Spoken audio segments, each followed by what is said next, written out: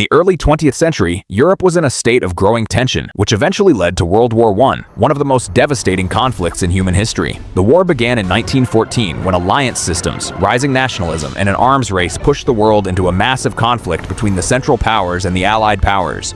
After 4 years of trench warfare, millions of dead soldiers, and destroyed economies, Germany was on the verge of complete military collapse. That is when the Allies decided not only to end the war, but to do it in the most symbolic and psychologically painful way possible for their enemy. The location chosen to sign the armistice was in the Compiègne Forest Armistice Clearing, where negotiations to end the fighting were held inside a railway carriage. This carriage was not chosen randomly. It had previously been used by German military command, and the French deliberately selected it as a form of historical revenge. On November 11, 1918, Germany signed the armistice, officially acknowledging defeat. For France and the Allies, it was a day of victory, but for Germany, it became a day of national humiliation, which later became an important political factor in European history. After the end of World War I, Germany was left in a very difficult situation. The country's economy was destroyed, inflation reached unimaginable levels, and the political system of the Weimar Republic was extremely unstable. Many Germans considered the armistice terms unfair, especially because of the huge reparations and territorial losses. Historians often point out that this sense of national humiliation became one of the reasons for the rise of radical political movements.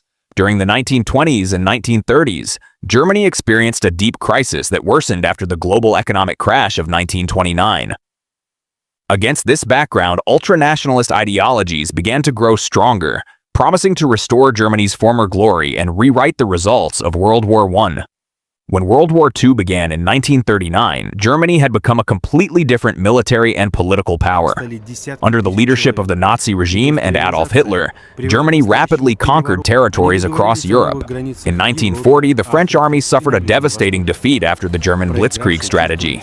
At that moment, one of the most symbolic and psychologically powerful events of the war took place. Hitler ordered that France's surrender be signed in the same railway carriage and in the same location where Germany had signed the armistice in 1918. This was a carefully planned act of historical revenge. The carriage was brought back to the Compiègne Forest. The French delegation was forced to sign the surrender under Germany's conditions, and Hitler deliberately left the carriage after the signing, emphasizing the political and military superiority of the Third Reich. After that, the carriage became a German war trophy. It was transported to Germany and used as a propaganda symbol of victory. Nazi propaganda actively promoted this moment as historical revenge for the humiliation of 1918. However, the fate of the carriage was just as dramatic as its history. At the end of World War II, when Germany began losing on all fronts, the Nazi leadership decided to destroy the carriage. This was done intentionally so that the Allies could not use it as a symbol of another German defeat. In 1945, the original carriage was destroyed, and almost nothing remained except historical photographs and eyewitness memories.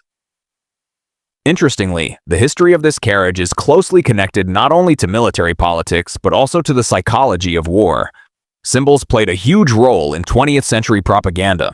The 1918 armistice signing was intended to demonstrate French victory, while the 1940 surrender signing was meant to demonstrate German revenge.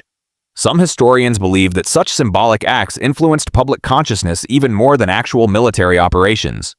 Wars of the 20th century became not only clashes of armies, but also battles of ideologies, national myths, and historical memory. The carriage also became part of a broader history of global conflicts. World War I led to the collapse of empires, the creation of new states in Europe, and the rise of national movements around the world. World War II, in turn, became an even larger catastrophe in which tens of millions of people died. Cities across Europe, Asia, and Africa were destroyed.